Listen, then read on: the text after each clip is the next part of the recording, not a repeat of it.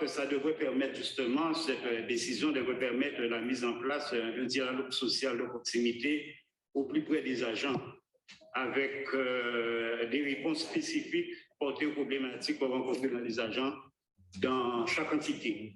Et ces réponses spécifiques seraient plus adaptées. Mais en tout cas, elles seraient conçues à l'organisation de chaque entité. Ça voudrait dire en clair, pour être plus simple, ce sera plus facile pour que les agents de chaque entité puissent discuter, échanger sur les problématiques leur concernant au plus près de leur activité, plutôt d'avoir, comme le cas présent, bon, un CCAS qui parle de tout en même temps. Voilà. C'est l'explication que je voudrais porter. Si vous permettez, Monsieur le Président, je permets à Mme Barbin éventuellement de porter une supplément d'explication. Allez-y, Mme Barbin, pour éclaircir. C'est bon.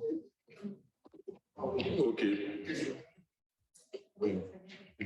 Question du collègue Letier. Je vois dans la répartition des votes qu'il y a trois votes contre et 3 votes pour. Donc, je voulais savoir les raisons, si le collègue peut donner les raisons. Il faut qu'il y a eu 3 votes pour, alors qu'il y avait dans le conseil technique 3 votes contre. Les raisons, je ne sais pas s'il y a des raisons, ça veut dire que bon, les avis étaient partagés au sein du comité technique, parce que le comité technique, c'est les partenaires sociaux et l'administration. Les avis étaient partagés, donc il n'y a pas forcément une décantation claire et nette qui s'est opérée. Donc, on a été partagé sur la décision. C'est vrai qu'après aussi, c'est vrai que je l'ai dit, et même en bureau, le débat s'est installé, on a estimé le pour et le contre et on est arrivé à la décision finale qui a été prise. Merci, M. Bobon. Oui, M. le DGS. Oui, juste ajouter un petit complément d'information, c'est que c'était, il n'y a que les partenaires sociaux qui votent. L'administration ne vote pas, ni les élus, ni les administratifs ne votent pas au CT. C'est une décision que l'autorité territoriale a prise, simplement à permettre à ce que l'explication ou l'intention, la volonté même des agents puissent se représenter au travers de leur représentation syndicale. Donc, il n'y a que les partenaires sociaux qui votent. Merci. Mise aux voix, qui sont ceux qui sont contre, qui s'abstiennent à l'unanimité. L'affaire est adoptée. On passe à l'affaire numéro 4 que Mme Chantal Roduel va nous présenter. Bonjour, Monsieur le maire, bonjour, mesdames, messieurs les élus, bonjour, chers collègues. L'affaire numéro 4 concerne l'adoption du règlement intérieur de la commission d'appel d'offres, communément appelée la CAO, de la vie des abîmes. Alors, l'ordonnance numéro 2015-899 et son décret d'application numéro 2016-360 du 25 mars 2016 relatif au marché public d'une ZAR et l'ordonnance numéro 2018-1074 et le décret numéro 2018-1075 du 3 décembre 2018 relatif au code de la commande publique d'autre part, ont maintenu la commission d'appel d'offres des collectivités territoriales et de leur établissement public. Cependant, les dispositions relatives aux règles de composition et de fonctionnement de la commission d'appel d'offres ont été intégrées au Code général des collectivités territoriales. Pour rappel, la commission d'appel d'offres est une instance de décision d'attribution des marchés publics passés selon la procédure formalisée. Désormais, il appartient à la collectivité de définir elle-même ses propres règles de fonctionnement dans le respect des principes régissant le droit de la commande publique et des élus. Ces règles sont inscrites dans un règlement intérieur qui est en annexe. Le bureau municipal, réuni le 31 janvier 2022, a émis un avis favorable. Je propose aux membres du conseil municipal de donner lecture d'éléments essentiels, bien qu'ils sont tous importants dans ce règlement intérieur, de manière à ne pas être trop longue. Donc, je vais déjà parler des attributions de la commission d'appel d'offres. Donc, cette commission a pour compétence de choisir le titulaire des marchés publics passés selon la procédure formalisée, dont la valeur estimée hors taxe prise individuellement est égale ou supérieure au seuil européen. À la date de rédaction du présent règlement intérieur, à titre indicatif, ce sont des seuils qui changent tous les 2 ans. Les seuils européens publiés au journal officiel du 9 décembre 2021 sont pour les collectivités territoriales de 215 000 € hors taxe pour les marchés publics de fourniture courantes et services.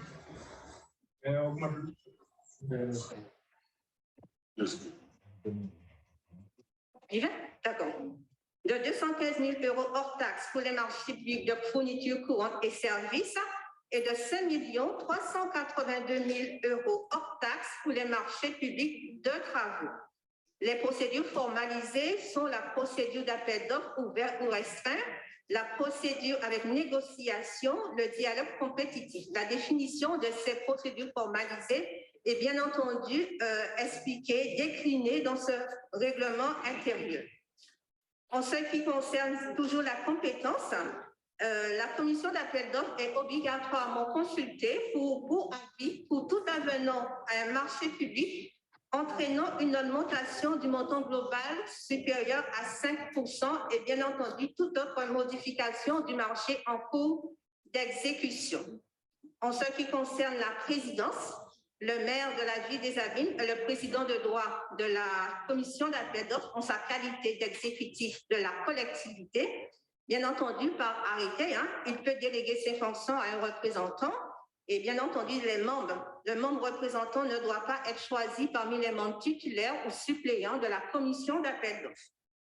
La composition de la commission d'appel d'offres, c'est le maire, les 5 élus titulaires et les 5 élus suppléants qui sont les membres à voix délibérative. Et nous avons les autres membres à voix consultative qui constituent aussi cette commission. Le comptable public, le représentant de la DIEC, le directeur général des services, le directeur général adjoint finances et ressources, les agents de la direction de la commande publique, les agents des directions pilotes de la matière qui fait l'objet de la consultation, les personnalités compétentes telles que l'assistant à maîtrise d'ouvrage, le maître d'œuvre compétent dans le domaine objet du marché public. Les membres à droit consultatif peuvent bien entendu participer au débat. En ce qui concerne la vacance, cet article 3 précise qu'il est procédé au remplacement définitif de membres en cas de démission ou de décès. Les règles de convocation, de quorum et participation figurent aussi au sein de ce règlement intérieur, de même que le déroulement des séances. À l'issue des débats entre membres à voix délibérative et membres à voix consultative, les membres à voix délibérative procèdent par vote au choix de l'attributaire ou des attributaires du marché public. En cas de partage des voix, la voix du président est prépondérante.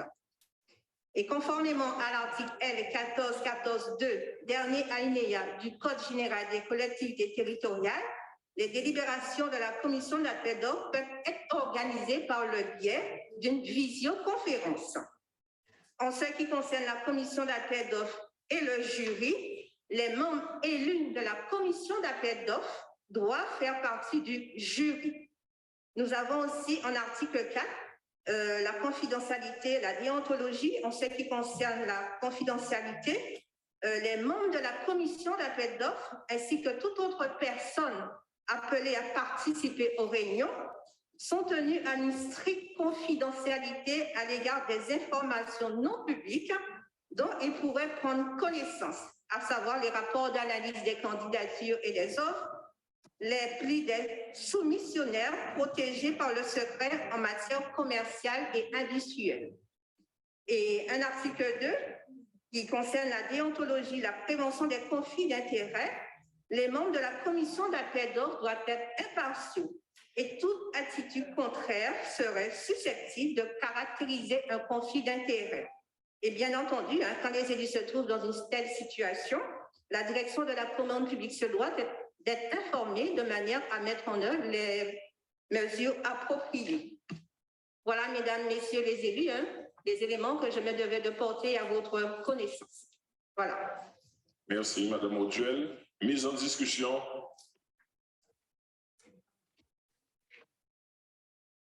Pas de questionnement. Passe au vote. Qui est-ce qui est contre? Qui est-ce qui s'abstient? L'affaire est adoptée à l'unanimité. Nous passons à l'affaire numéro 5 qui sera présentée par le collègue Philibert Moïsa. Merci, Monsieur le maire. L'affaire numéro 5, c'est l'attribution d'une aide exceptionnelle et prise en charge de frais de transport des forces vives. Nous avons aujourd'hui 3 personnes bénéficiaires. M. Yanis Pierrot, basketteur, Association Simoku. Je crois que c'est ces deux-là. Et je pense que vous avez reçu les documents, vous les avez regardés. Alors, je crois que je te laisserai la parole s'il y a des questions, parce que vous avez tous reçu. Je n'ai pas d'autres explications à vous donner. Je crois que c'est très simple. Merci. Merci, M. Moïsa. Mise en discussion. Questionnement. Madame Paraleschi. Merci, Monsieur le maire. En tout cas, je voudrais féliciter la ville, mais surtout en ce moment où c'est si difficile de pratiquer du sport en salle, de voir que ce jeune basketteur peut poursuivre, qui est au pôle de l'excellence, peut poursuivre sa progression et que la ville l'accompagne. Et puis aussi, le monde sportif, on sait très bien comment, dans cette période de crise sanitaire, il est difficile pour eux de pratiquer le sport. Eh bien, ça montre quand même que la ville, dans le cadre de ses prérogatives, accompagne et permet justement à des jeunes de pouvoir œuvrer et même partir parfois pour pouvoir exercer et pratiquer le sport. En tout cas, je souhaitais porter cette attention parce que le monde sportif vit en Guadeloupe un moment très, très difficile par rapport à cette crise sanitaire.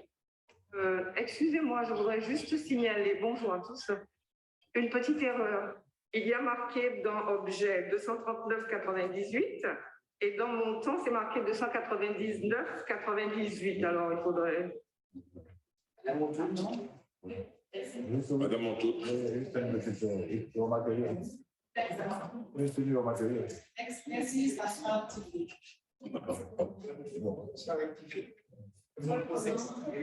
Merci pour l'intervention du collègue. Comme Madame Montaut a dit, ce sera rectifié.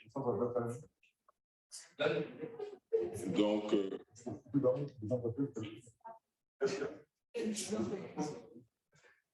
ce sera rectifié. Plus de questionnement? Le vrai chiffre, c'est 239,80. Donc, comme le signale le DGS, le chiffre, c'est 239,18. Donc, les rectifications d'usage se feront. Donc, comme a dit Mme Leslie, c'est la ville, sous la houlette de notre maire, a toujours aidé les jeunes et les associations et ceux qui entreprennent, ceux qui veulent réussir. C'est dans l'intérêt de notre ville, pour notre jeunesse. Et donc, on ne peut que dire bravo encore une fois à la majorité municipale pour accompagner la jeunesse abémienne vers l'excellence. Donc, on met aux voix. Qui est-ce qui est contre? Qui sont ceux qui s'abstiennent? L'affaire est adoptée à l'unanimité. On passe à l'affaire numéro 6. Si je ne suis pas là, le gars appelle. Ok, montrer, là, ça y est. On passe à l'affaire numéro 6. Teddy, ferme ton micro. On passe à l'affaire numéro 6. qui sera présenté par notre collègue Claude Condé. Bonjour à tous. L'affaire numéro 6 concerne le débat obligatoire dans le cadre de la réforme. L'affaire numéro 6 concerne le débat obligatoire dans le cadre de la réforme sur la protection sociale des agents de la fonction publique territoriale. Protection sociale, ce qui veut dire complémentaire santé.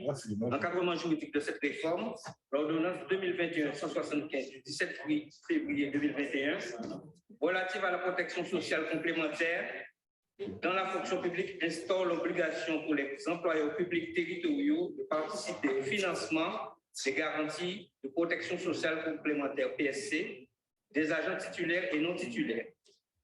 En matière de prévoyance, au moins 20% de prise en charge concerne les risques d'incapacité de travail, d'invalidité, d'inaptitude ou de décès.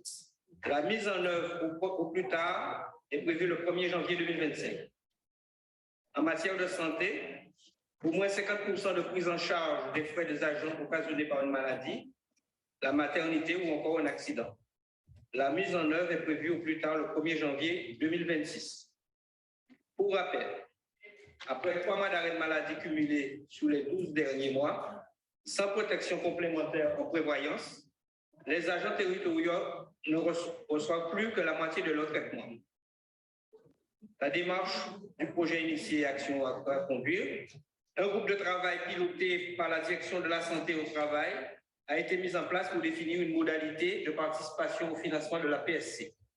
La ville et ses établissements publics proposent de mener au préalable une enquête et un état des lieux des besoins des agents en matière de santé en cours.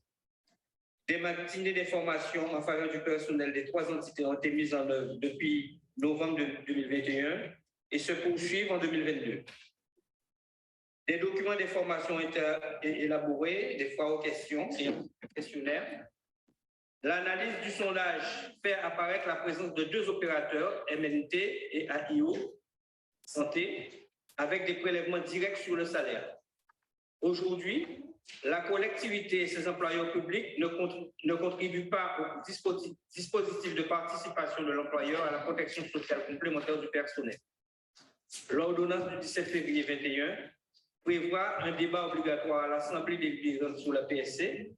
Il s'agit d'un débat sans vote et afin d'alimenter ce débat, l'administration, en l'occurrence Mme Missoudan, va vous présenter un document qui sera un document partagé pour ceux qui sont à distance. Merci Claude. On passe la parole à Mme Missoudan pour présenter le document.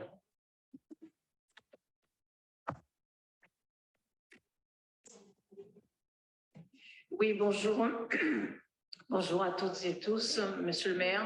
Bonjour aux élus, bonjour aux collègues.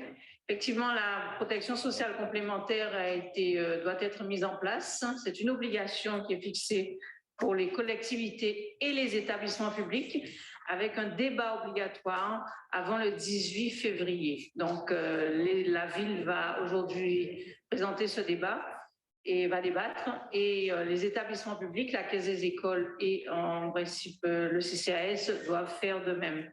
Donc, pour un petit peu aller rapidement, je dirais que c'est une obligation qui s'impose, on l'a dit.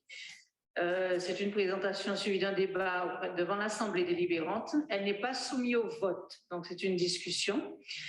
L'ordonnance ne prévoit pas de contenu particulier. Chaque employeur public est libre d'en déterminer le contenu de ce débat. Bon. Ensuite, les grands principes et le calendrier, les enjeux de la protection sociale, de participer à l'attractivité de la collectivité, de favoriser les recrutements. C'est un dispositif qui vient compléter le statut de la fonction publique territoriale, une uniformisation des politiques sociales entre employeurs territoriaux, une amélioration de la performance des agents, un nouveau sujet de dialogue social et une aide non négligeable dans la vie privée des agents, un nouveau composant de l'action sociale favorisant la reconnaissance des agents, le renforcement du sentiment d'appartenance à la collectivité et une amélioration de l'engagement dans le travail. C'est vrai que de plus en plus de personnes qui se sont amenées à être en mobilité demandent effectivement en matière d'action sociale quelles sont les couvertures que la collectivité peut proposer au personnel. Alors, cette obligation en matière de prévoyance ou en matière de santé, donc comme on l'a dit, est peut-être mise en place à partir du 2022. En fait, 1er janvier 2025 pour le socle de prévoyance. Donc, ce sont des garanties minimum obligatoires et l'employeur public sera tenu de participer à hauteur de 20% de montant de référence qui est défini par décret et 50% en matière de santé. Alors, il faut savoir qu'au jour d'aujourd'hui, les décrets ne sont pas sortis. C'est vrai que quand la loi de transformation est arrivée en 2019, elle prévoyait un calendrier très contraint, mais la est passée par là. Et ces décrets, et la semaine prochaine, a priori, devrait peut-être sortir. Après, il y a le calendrier présidentiel qui peut un petit peu contraindre les choses. Donc, la collectivité peut choisir la prévoyance et la santé, tous les deux, l'un l'autre. C'est un débat avec les partenaires sociaux qui vont aussi s'engager. La couverture prévoyance permet donc de maintenir le salaire personnel en cas de risque de perte de salaire, en cas de congé pour raison de santé, de retraite, en cas de maladie, d'invalidité ou d'incapacité ou de décès. La couverture santé permet une prise en charge des frais occasionnés par une maternité, une maladie ou un accident pris en charge. Bon, vous avez lu le document, donc je ne vais pas tout relire. Donc, je vous disais en matière les décrets sont attendus. Alors, la différence, cette réforme va prendre. Cette réforme sera basée donc soit sur des contrats qui seront labellisés ou des conventions de participation. La différence entre les deux, donc la labellisation, c'est une liste de contrats proposés par les opérateurs qui reçoit un agrément et permettant à l'agent qui y souscrit de bénéficier de la participation employeur. La convention de participation, c'est l'employeur qui contracte avec l'opérateur. La participation est versée aux agents qui souscrivent à ce contrat. Nous avons pris un moment où nous avons rédigé ces documents pour le bureau municipal et le conseil municipal. Comme je l'ai dit, nous n'avions pas les chiffres. Pour autant, on a souhaité faire une simulation sur une base de près ce qui se fait un petit peu dans d'autres collectivités. Je vais rapidement y aller s'il y a des questions pour avoir un petit peu le cours. Alors, nous avons fait évidemment la démarche d'un bilan social et sur la base de, voilà, donc une simulation du coût annuel sur une base de 1048 agents, étant entendu qu'on s'est basé sur le dernier bilan social de la collectivité, pour une fourchette entre une participation employeur basée sur 15 € et une participation en prévoyance basée sur 10 € par la collectivité. Donc, à raison de 15 € par mois, pour le coût à peu près, ce serait 15 720 € mensuellement. Au total, sur l'année, 188 640 et en participation prévoyance sur un montant estimé de 10 € de participation par employeur public sur le coût mutuel, ça ferait 125 760 € hors taxe. Voilà. Alors, évidemment, ce sont des options, hein, comme je vous l'ai dit, qui ont été prises sur une base de maintien de salaire, par exemple, avec une option 1, avec une participation de la ville de la troisième colonne de 10 €, le reste à charge pour l'agent serait de 10,75 €. Tout dépend des options que choisirait l'agent ou la collectivité pour le type de contrat. Voilà. Donc, en affichage, vous avez un petit peu le cours, on a fait une simulation. Et voilà, donc un ensemble de décrets qui sont à venir vont préciser les formes et le montant de la contribution financière des employeurs. C'est une réforme qui est assez technique et les clauses substantielles des cahiers des charges, notamment pour le panier de soins, définissant éventuellement un socle commun, notamment en matière de santé et de prévoyance. Voilà un petit peu, j'ai essayé d'aller rapidement et je suis prête à répondre à vos questions s'il y en a sur donc, cette nouvelle obligation qui va s'échelonner. Alors, certaines collectivités avaient eu le choix depuis 2011 de participer à cette complémentaire santé, mais c'était une action volontaire. La ville ne s'était pas encore inscrite dans cette démarche. Là, on passe d'une possibilité à une obligation à partir de 2022 qui va s'étaler jusqu'à 2026. Voilà, merci. Je réponds aux questions s'il y en a sur ce sujet. Merci, Madame Missoudan. Mise en discussion.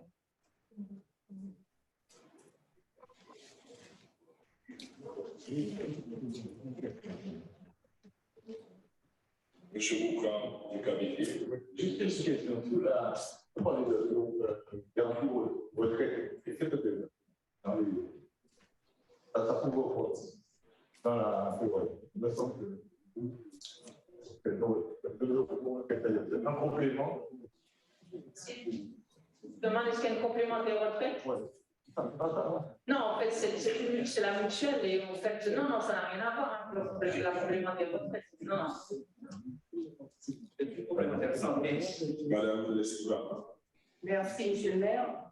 Je me permets très simplement avoir des précisions concernant ce dispositif. Vous savez qu'en règle générale, les agents ont déjà des mutuelles et aussi une prévoyance. Je voudrais savoir si dans le cas où cette mutuelle, cette prévoyance n'est pas à la hauteur de ce qu'ils avaient, j'imagine qu'ils ont la possibilité de faire le choix d'accepter ce nouveau dispositif pour représenter à la fin. Est-ce que ce dispositif, je crois, existe déjà pour le monde de l'ESS? Simplement, j'ai aussi une première question. Est-ce que les agents auront, en fonction les garanties proposées, s'ils ont une garantie meilleure, est-ce qu'ils ont le choix de pouvoir dire que je privilégie ma mutuelle en fait existant? Deuxième chose que j'aimerais aussi, c'est par rapport au montant et les 10 euros, quelle que soit pour la prévoyance, quels que soient les montants, sachant que ça représenterait 20%, disait-on, de 20% de montant par collectivité. Et le montant restant fixe alors que la part agent est progressive. Ça, c'est ma deuxième question. Et troisième question, est-ce que la ville fera appel donc à faire un par rapport à toutes les mutuelles, est-ce que la ville fera donc faire un appel d'offres pour choisir l'opérateur qui choisira plusieurs opérateurs pour proposer ce dispositif aux agents? Oui, merci Madame Sipara. Alors, le tableau qui est là indique bien. Alors, si on choisit la labellisation, l'agent a choisi librement son contrat. Et à la convention de participation, c'est par exemple, on peut faire appel au centre de gestion avec lequel nous sommes affiliés volontairement pour que le centre de gestion puisse lancer des consultations et offrir donc à l'ensemble des collectivités une couverture en fonction de l'opérateur qu'ils auront défini. Il est évident que plus nous serons nombreux, évidemment, à souscrire ou en tout cas à entrer dans cette démarche, plus le reste à charge sera moindre et plus les garanties seront intéressantes. C'est ça aussi. Cette réforme est surtout basée sur une sorte de solidarité. La société vieillit. Et évidemment, la pyramide des âges aussi en collectivité, on s'aperçoit que l'âge moyen des personnes est important, est élevé. Et il s'agit aussi de préserver ceux qui sont aussi et qui vont être à la retraite. C'est un système vraiment de protection en fait pour les agents. On voit à travers notamment le Covid comment beaucoup de personnes ont été impactées. Et des fois, quand on n'a pas eu une bonne mutuelle et on se retrouve hospitalisé avec des coûts importants, ça chiffre, et notamment quand on est en arrêt de travail au-delà de 3 mois. Alors, pour le moment, dans la démarche qui a été choisie au niveau de la ville, on a présenté aux élus un petit peu les contours de cette réforme. Nous allons voir avec les partenaires sociaux et discuter avec les partenaires sociaux parce qu'ils sont dans le cadre du dialogue social. Il s'agit de l'action sociale qui sera présentée aux agents. Donc, les partenaires sociaux vont un petit peu, mais comme je vous dis, l'inconvénient là, c'est qu'il nous manque des décrets. Et la simulation qu'on a faite, c'est un choix qui a été fait pour le moment. On va devoir revenir très certainement vers les élus pour leur proposer, leur dire bon, voilà le coût réel par rapport au décret et vers quel choix qui va être fait. Comme je le disais tout à l'heure, c'est aussi en partenariat avec les organisations syndicales, savoir quel est le principe. C'est la labellisation on opte pour la labellisation ou pour les conventions de participation. Donc, dans le cas, c'est inscrit à l'écran, tous les agents de la labellisation qui choisissent ce contrat labellisé, la participation de la collectivité, de toute façon, elle sera également effective. Après, il y a peut-être des cas spécifiques et à travers le sondage que nous avons lancé depuis le mois de novembre-décembre, on n'a pas encore terminé parce qu'on a relancé, fait un sondage pour voir un petit peu avoir une cartographie de ce qui se fait. Parce que globalement, on l'a dit tout à l'heure, il y a deux mutuelles qui ressortent un petit peu, c'est la mutuelle MNT et la mutuelle AIO Santé.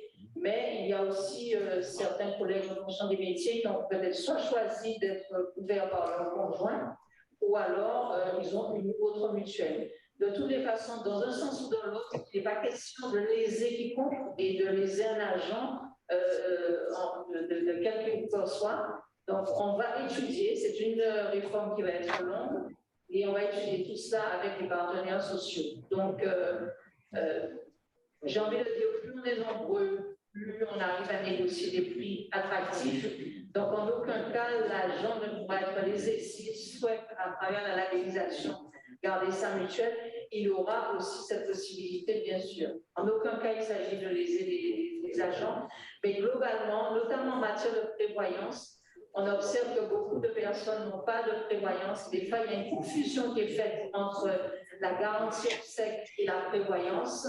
Et on n'est pas à l'abri, je le disais tout à l'heure, et de plus en plus, on se rend compte que l'intérêt pour les agents d'avoir une prévoyance santé. Et nous allons accentuer nos efforts de communication sur cet aspect parce qu'à travers les questionnaires qu'on a vus et qu'on a commencé à analyser, on observe qu'il y a une grande confusion entre ces deux notions. Merci, Madame Missoula. D'autres questionnements? Oui. Je sens. Qu'est-ce qui se passe si l'agent est couvert par mutuelle de son conjoint? Reprends la question. Et je disais que qu'est-ce qui se passe si l'agent est couvert par la mutuelle de son conjoint, qui n'est pas bien entendu agent de la ville? Il y aura la possibilité. Alors là, je me base sur ce qui s'est fait à l'État, hein, étant entendu que les décrets et toute la partie technique des choses, on attend de réponse sur la base, si se fait soit dans le privé ou alors au niveau de la fonction publique d'État. L'agent qui a vraiment une couverture très, très intéressante et qui ne souhaite pas quitter la mutuelle de son conjoint, a la possibilité, il y a un document qu'on lui fait signer, et il se rétracte quelque part et en fait il bénéficiera de la couverture de son conjoint, si elle est bien évidemment plus intéressante pour lui. Merci. Plus de questionnements, on met aux voix. Donc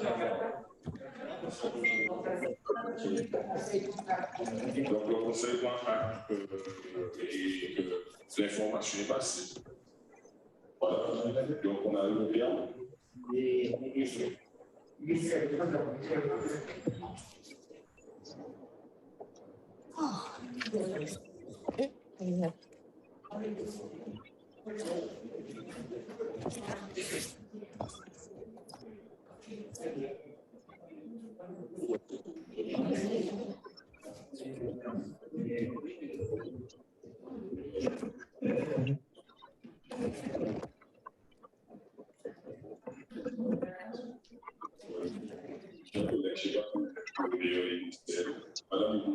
Oui.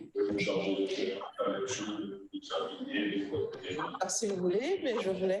Après cela, je pourrais donner une information collègue. Alors, hommage aux Abdiviens et personnalités disparues. Mes chers collègues, attendez, pardon. Comme ça? D'accord, c'est bon. Alors, il s'agit de Madame Clotilde Françoise Florence, dite Renette, employée communale à la retraite. D'accord. Monsieur Blombou Faust François, père de Monsieur Blombou Dominique, employé communal. Madame Montelané Almoré Mélanie Evelyne, dite Vévé, mère de Monsieur Montella Victor, dit Toche, employé communal. Monsieur Archimède Herman, père de Monsieur Archimède Michael, brigadier principal de police à la police municipale. Monsieur Chadru Cédric, dit Alpache, ancien employé communal. Monsieur Robin Hugues François, dit Arcade, père de Robin Angela, Forbin Liliane et frère de Claudius Esnard, tous employés communaux. Monsieur Jean-Denis Guy, dit Florent, frère de Monsieur Jean-Denis Laurent, dit Patrick, employé communal. Monsieur Koussounanda Nicolas, dit Cola, Nico et Koussou, agent communal affecté au service technique, fils de Monsieur Koussounanda, Jean-Claude, employé communal. Autres personnalités, Monsieur Bertelli Albert Anselme dit Jean, père de Jean-Luc, Eddy, Patrick et Francis du groupe Cadence. Monsieur Timothée Gendré, ancien conseiller municipal des Abîmes, citoyen illustre du 3e canton et éponyme de l'école de carénage. En votre nom à tous, je présente les condoléances de la ville et j'assure chacun de notre soutien et de notre solidarité en ces douloureuses circonstances. Je vous demande, chers collègues, et vous aussi, chers publics, de bien vouloir observer en la mémoire de ces disparus quelques instants de recueillement.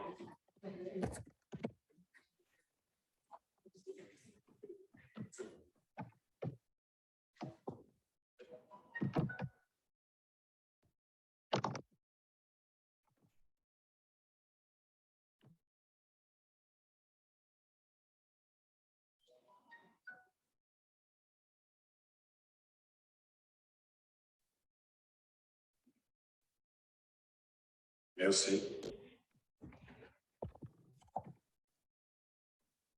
Georges, je peux lui passer pour moi, s'il te plaît. Oui, donc on a épuisé les points qu'on devait aborder aujourd'hui. Donc le collègue Houblon souhaite faire part de l'information. Voilà, alors première information, je me suis absentée parce que j'avais été sur le terrain du secteur Montcarouel à la rencontre de la police municipale qui est en train de faire des enlèvements de VHU. Alors, il s'agit de M. Coco et de M. Étienne, et je regarde mon collègue élu à la police pour remercier et féliciter. Ils font du bon travail. Première chose. Et la deuxième chose, c'est que M. le maire a sollicité la direction de l'environnement pour demander que 2 concours se fassent. Le concours du plus ancien arbre de la ville des Abîmes et le concours du plus majestueux arbre aussi. Donc, 2 concours, un pour le plus vieil arbre et un autre pour le plus majestueux, le plus bel arbre de la ville. Alors, cette demande a été faite à la direction de l'environnement, bien évidemment, et Madame Pernel et Monsieur Berthier travaillent dessus avec Monsieur Ellis et toute l'équipe de la direction de l'environnement pour préparer ces 2 concours qu'on fera, puisque j'avais proposé qu'on fasse la fête des jardins dans la ville des Abîmes. On va associer cette fête des jardins à ce concours, mais la fête des jardins, ce sera quelque chose qui va être instauré, qui reviendra régulièrement chaque année et qu'on fera au mois de juin. Parce qu'au mois de juin, il y a cette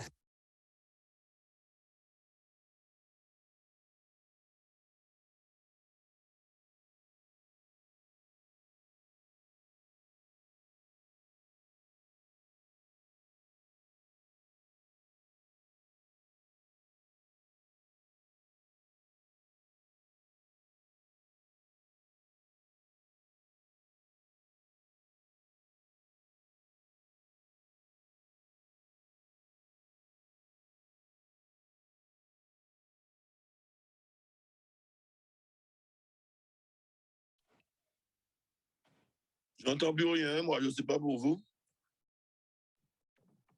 Je n'entends plus rien, moi non plus.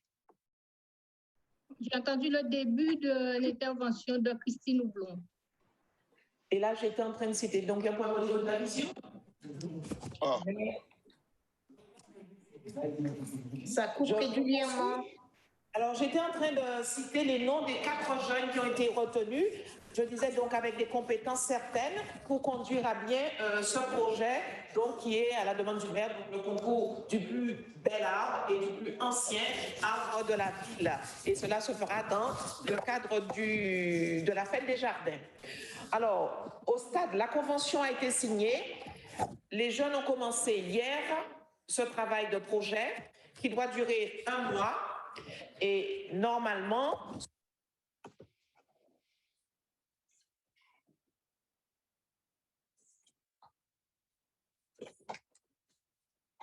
on a de nouveau une coupure, on n'entend pas la salle. Ça marche là? Oui. Oui, ça marche. D'abord, alors je citais les collègues qui vont être appelés à contribuer à ce projet. Donc je disais Madame Corinne Lacascade, Madame Francesca Faithfull, Monsieur Alex Nabajot et Madame Leslie Parra. Alors je dis ce sont les collègues qui seront le plus impliqués dans ce projet-là avec nous, la direction de l'environnement, mais cela concerne l'ensemble bien évidemment des élus de la ville des Abîmes. Voilà. Ce projet sera présenté normalement dans le prochain bureau et c'était juste pour l'information. Voilà ce que j'avais à vous dire. Merci. Bonjour. Juste une petite intervention. Je suis surprise par le concours du plus ancien. Il me semble que le plus ancien est le plus ancien. Du plus ancien. Mais il y en a peut-être. Oui, j'entends bien le plus ancien. On a dit le plus vieil arbre de la ville, voilà. Mais il y a peut-être plusieurs, on n'en sait rien, puisqu'on doit faire ce projet-là. Mais c'était, attendez, c'était peut-être moi qui l'intitulé. Du plus beau, alors il y a le jardin créole traditionnel, mais il y a le concours du plus beau et majestueux arbre de la ville des Abîmes. Et le plus ancien aussi. Donc il faut le trouver. Parce que, en fait, le concours va être mis en place. Pardon? C'est déjà oui. Ah, il faut c'est sous forme de concours, c'est ça qui a été demandé. Mais attendons le travail du projet qui est en train de se faire, ça a démarré hier, et on aura de plus amples précisions à la réunion de bureau. Merci, Madame Giné. C'est-à-dire le plus ancien.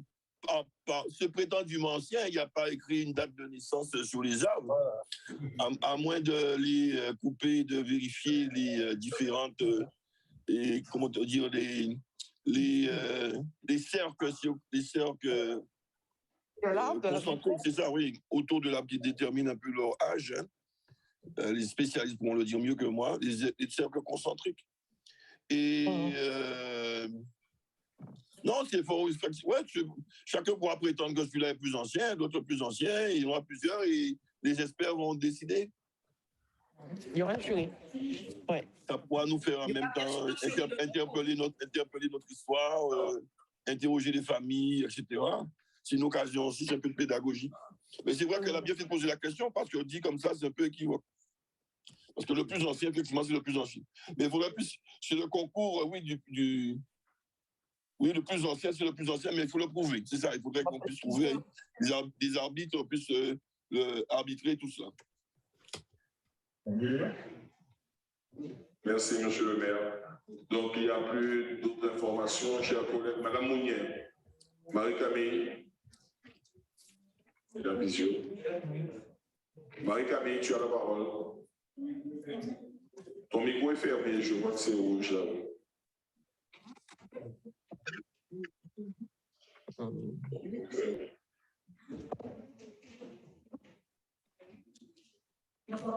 On n'entend pas.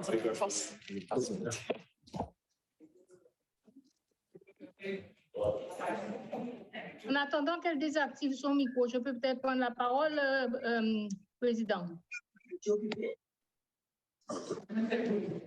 Allez-y, Madame Francesca. Si quelqu'un peut peut-être appeler Marie-Camille au téléphone, peut-être, parce qu'elle ne sait pas que le micro est fermé. Ouais. Allez-y, Madame Faithfull. Oui, j'interviens dans les propos de Christine Houblon. Justement, concernant l'affaire de l'arbre à repérer, l'arbre le plus ancien à repérer. Avec Madame Corentin, enfin la DCA, nous avions commencé à mener un travail dans le cadre de notre délégation patrimoine avec la délégation culture et patrimoine. Nous étions en train de chercher l'arbre le plus ancien. Et lorsque j'ai appris que Christine m'avait mise dans son équipe de travail. J'ai un peu ralenti sur mes recherches, mais nous avions pris contact avec l'ONF qui est habilité à entrer dans ce genre de travail. Et il était question de vérifier l'arbre que nous avions repéré et d'essayer de définir son âge. C'est quelque chose qui coûte assez cher parce que le spécialiste de l'ONF avait demandé quelque chose comme 2 500 € pour faire une recherche sur l'âge de l'arbre que nous avions repéré. Donc, je vais entrer en contact avec Christine pour que nous menions un travail commun. Voilà. Mais c'est un arbre qu'on avait repéré, non pas qu'il allait faire partie d'un concours du plus vieil arbre. Effectivement, on ne peut pas connaître, on ne peut pas, pour faire participer un arbre à un concours, il faut connaître son âge. Et nous étions en train de voir s'il était possible de définir l'âge à peu près de l'arbre que nous avions repéré. Merci. Madame Fetfoul, une explication de Madame Marie-Corinne Gauthier de la Castel. Non, c'est pas une explication, monsieur le maire. C'est juste pour ajouter qu'on a quand même un partenariat avec le parc national et donc dans la recherche aussi d'arbres, d'espèces, voilà, d'arbres centenaires, on pourrait peut-être faire appel au parc national avec lequel on a un partenariat depuis aujourd'hui. On a renouvelé donc cette convention. Donc, il faudrait peut-être se rapprocher. D'ailleurs, je représente la ville au conseil d'administration du parc national. Mais juste revenir sur le rendez-vous du mois de juin. C'est vrai que depuis plusieurs années, la ville des Abîmes organise les rendez-vous jardins. Et donc, le référent, c'est M. Nicolas Navajotte. Voilà. Donc, c'est une piste aussi pour qu'il y ait un copil, Madame Houblon, et qu'on travaille, voilà, tous ensemble avec les différentes directions. Voilà. Merci, Marie-Corinne. Donc, c'est pour vous dire que la fibre, ce qui a de problématique sur Monsieur le maire, monsieur Lefebvre, c'est son anniversaire aujourd'hui. Monsieur Lefebvre, c'est ton anniversaire, il paraît.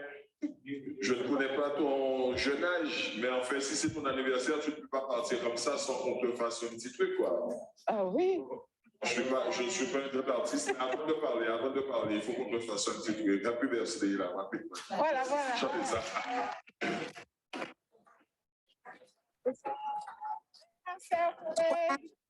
Happy birthday to you.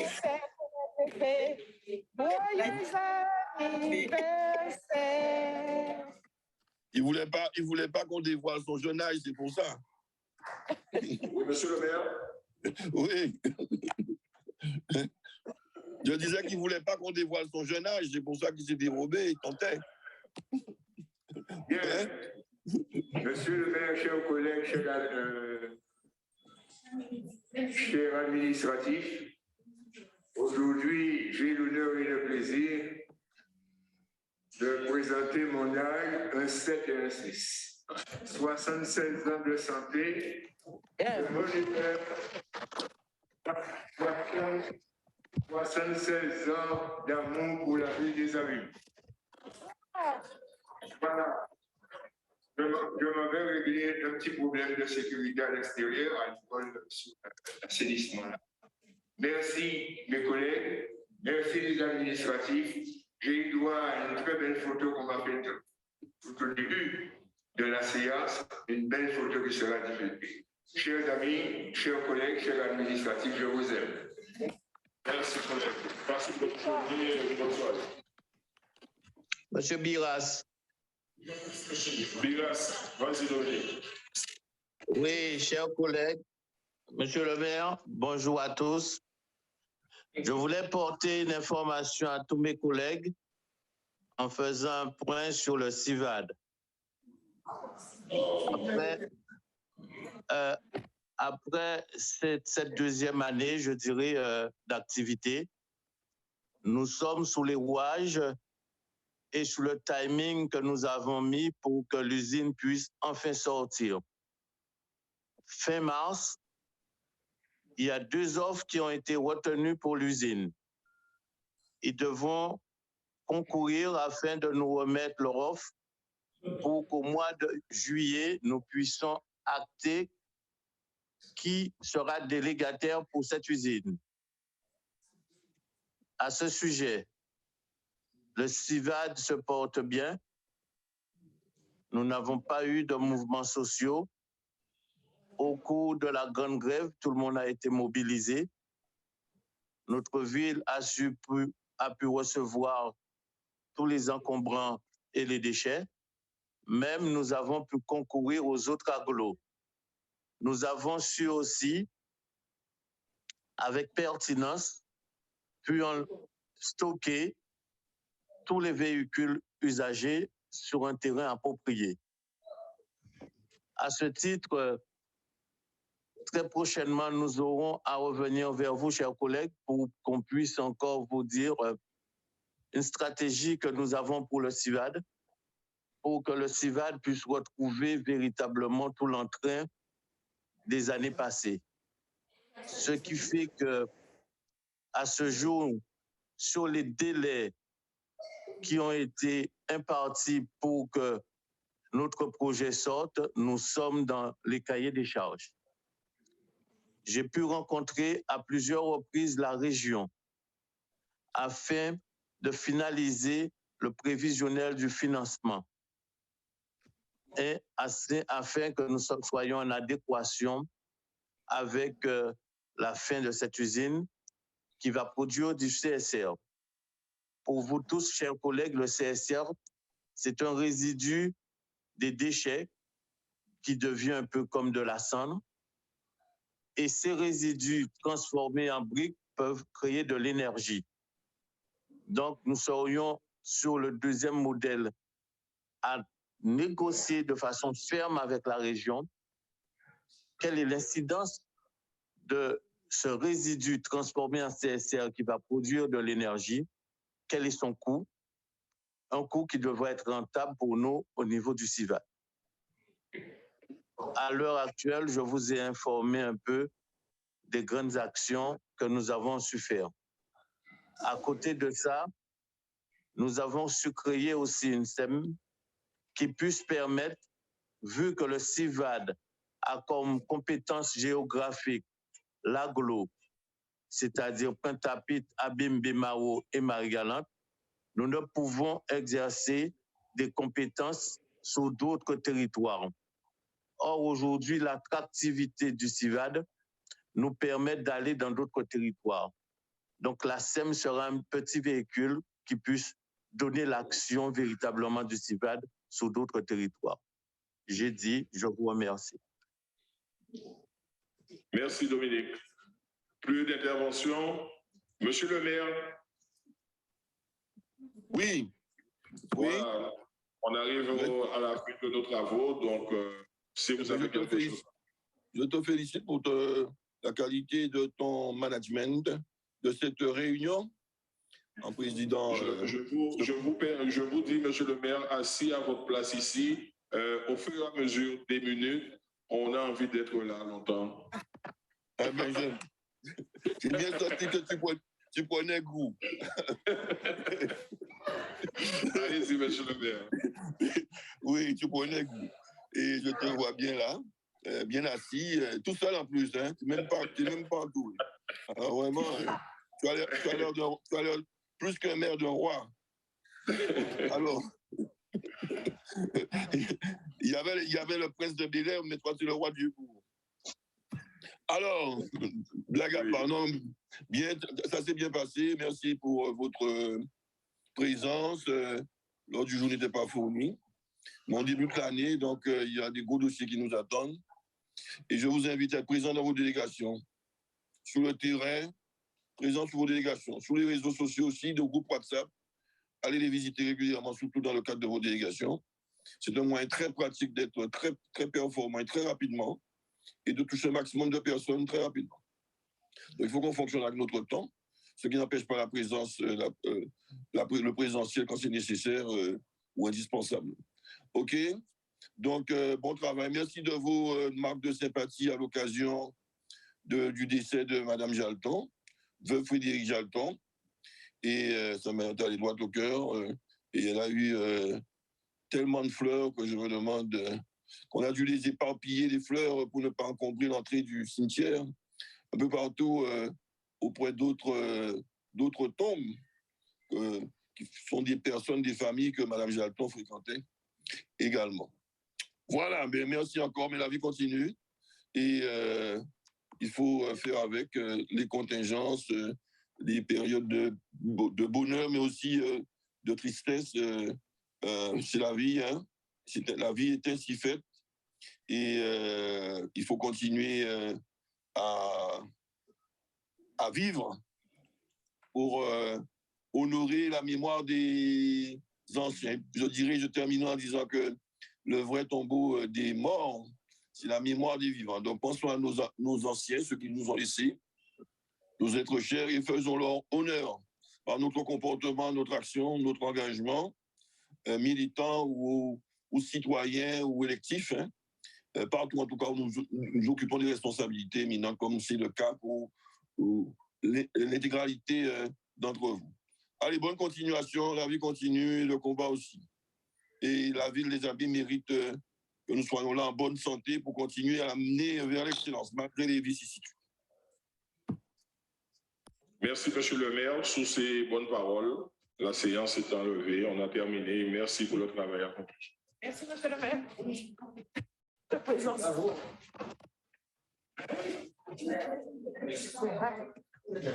Recording stopped.